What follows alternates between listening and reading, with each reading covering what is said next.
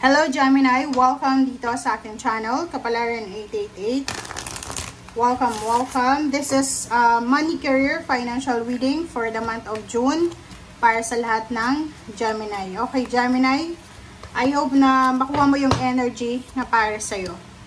Okay, first card tayo. So, money, tangible, material things, yung message na to. So, yung first message sa'yo Gemini is following your bliss. Following your bliss, ibig sabihin, sundin mo kung ano yung nagbibigay sa'yo ng kaligayahan.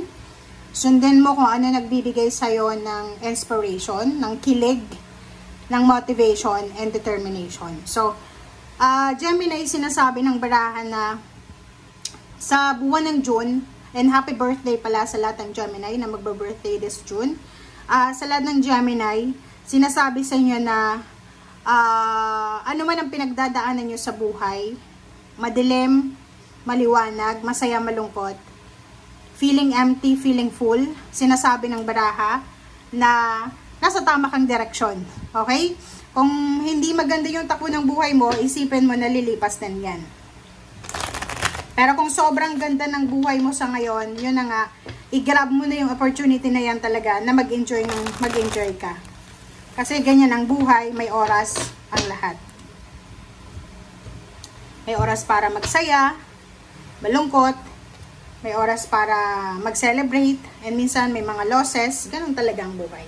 So, same dito, dalawang baraha ang nagsasabi sa'yo, Gemini, na is number 3, solar plexus chakra, na happiness, peace, illumination, the sun.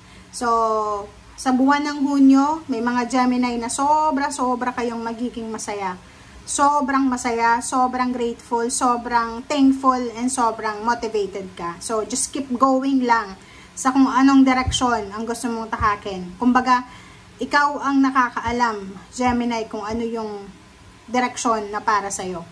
And yun na nga, sinasabi natin na if hindi ka sigurado, confused ka, give time, small time, ample time para makapag-relax ka, makapag-isip, makapag-meditate, makapag-reflect.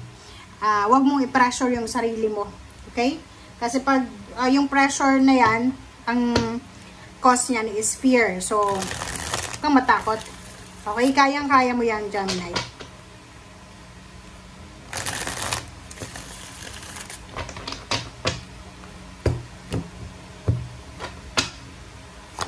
Okay, first card. And wow. So, comment down below if you're resonated. Merong mga Gemini dito na pwedeng kayo ay magta-travel.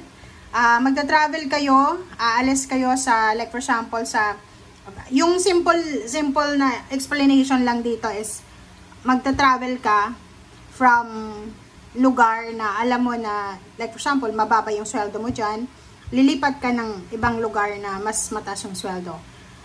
Yung iba, hindi ka ma-promote sa pinagtatrabahuan mo. So, dito sinasabi, mag-move on ka and hahanapin mo yung company o yung trabaho na alam mo na mabilis ang promotion. Kasi ganun, di ba? May mga company na kahit sobrang tagal mo na dyan, wala ka pa rin makukuhang benefit. May iba naman na 2 years ka lang mapopromote ka. Parang bansa yan. Bansa. May mga bansa sa ating mundo na mabilis kang makakuha ng mga permanent visa, permanent residences. Pero mayroon naman na kahit ang tagal mo na, mahirap makakuha. So, parang ganon. So, ikaw ay makakapag-isip na lumipat. Parang ano siya, venture siya. Diba? Expansion ng sarili mo. Okay. Ace of Fire and King of Air. So, dito sinasabi ng baraha, yung direction mo, Gemini, sobrang solid yung direction mo. Sobrang maganda kasi sobrang solid. Ang King of Air na to, talagang sigurado ka na aalis ka na. Sigurado ka na ayaw mo na dyan eh. Siguradong ayaw mo nang makipagsapalaran, kumbaga. So, sinasabi ng baraha sa'yo na yung direction na tinatahak mo sa ngayon, doon ka makakakuha ng mga iba't ibang klaseng opportunity, lalo na sa trabaho. And careful lang kasi yung lugar na pupuntahan mo or yung business na gagawin mo or lilipatan mo, company, work, or anything ay medyo competitive. So, kailangan mong makipagsabayan. Okay?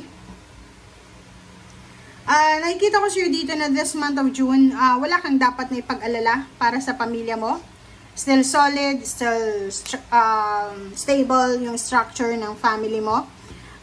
Family love, pwedeng may mga mababalitaan kang new member ng family. So, since it's your birthday month, maraming pwedeng mag-wish sa'yo ng happy birthday from your family.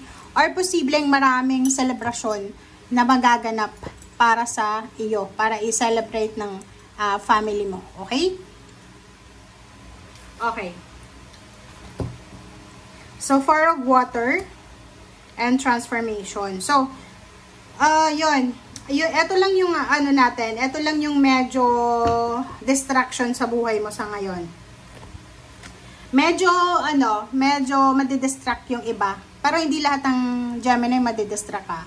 Yung ibang madidistract sila because of relationship. So, kung ikaw ay may karelasyon, yun, girlfriend, boyfriend, asawa, pwedeng sila ang maging rason kung bakit madistract ka. Pero, kung ano man tong distraction na to na mararamdaman mo or mangyayari sa'yo, marami kang marirealize dyan na pwedeng makapagpabago ng isip mo, ng mindset mo. Ganun naman talaga eh. Pag may mga nangyayari sa buhay natin na hindi natin gusto, may mga marirealize tayo na, baka hindi ito para sa akin or baka ganito, ganyan. Okay?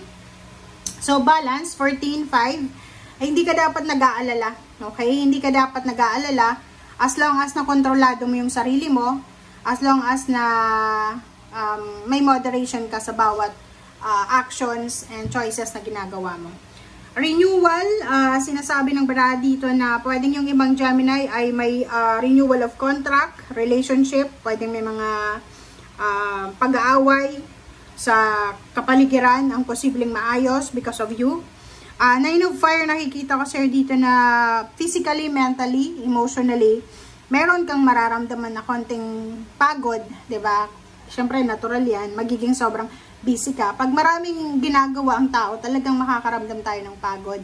So, if makaramdam ka ng pagod this month of June, take a rest, okay? Hindi ka dapat nagmamadali. Enjoy mo lang, yun nga sabi sa'yo dito ng baraha, just enjoy the process, just enjoy the current moment, the momentum, diba, ng buhay mo. Kasi ang assurance dito ng baraha, kung saan ka man pupunta, kung ano man tong direction na gusto mong tahakin, na pagbabago, talagang magbabago yung takbo ng buhay mo. You will get all the wishes and dreams mo.